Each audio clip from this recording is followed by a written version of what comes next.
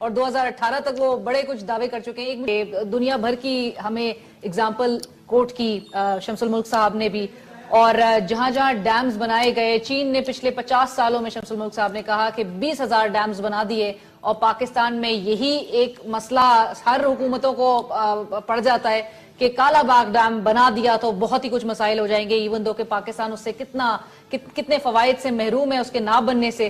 اس حوالے سے ہم بات کرتے ہیں بریک کے بعد ڈسکشن کو آگے بڑھاتے ہوئے. شمس الملک صاحب, لائن لاسز سر, یہ جو مہنگی بجلی عوام خریدنے پر مجبور ہیں, جو پر یونٹ جو عوام چارجز بیئر کر رہے ہیں سر, اس میں لائن لاسز کا کتنا بڑا کردار ہے؟ میں آپ کو عرض کرتا ہوں, میں ایک بات کہا کرتا تھا جب میں چیئرمین تھا وابڈا کا, میں یہ کہا کرتا تھا کہ جتنی بجلی مہنگی ہوگی اتنی اس کی چوری زیادہ ہوگی.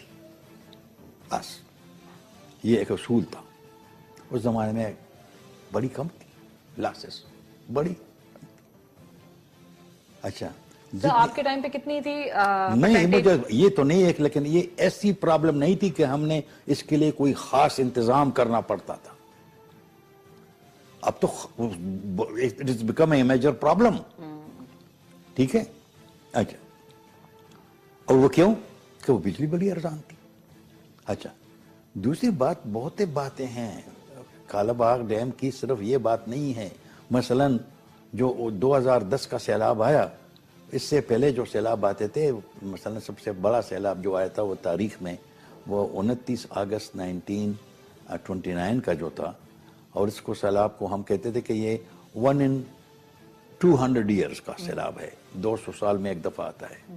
لیکن جو جولائی 2010 میں سیلاب آیا, that was a flood of 1 in 10,000 years. 1 in 10,000 years. میں تو اس کو سیلاب نہیں کہتا, میں تو اس کو نواس فلڈ کہتا ہوں, کہ حضرت نوح علیہ السلام کا فلڈ, یہ وہ سیلاب تھا. کل پرسوں اگر 20,000 سال کا وہ آ جائے پھر کیا کریں گے؟ اچھا, اگر کالا باغ و باشا ہوتا, کیونکہ وابڈا کا جو پروگرام تھا وہ یہی تھا, صرف ہم کالا باغ تو نہیں بنانا چاہتے, ہم کالا باغ, اس کے بعد پھر باشا, اس کے بعد پھر داسو, اس کے بعد پھر پتن, اس کے بعد پھر بونجی, اس کے بعد کوڑی, اس کے بعد یہ سب کچھ ہم بنانا چاہتے تھے. اگر یہ ہوتے تو یہ جو سیلاب تھا 2010 کا, یہ ایسا لگتا جیسے یہ عام سیلاب ہے, کیونکہ جو نوشہرہ کو بچایا ہے اس نے 2010 کی سیلاب میں, اور سکر براج کو بجایا ہے,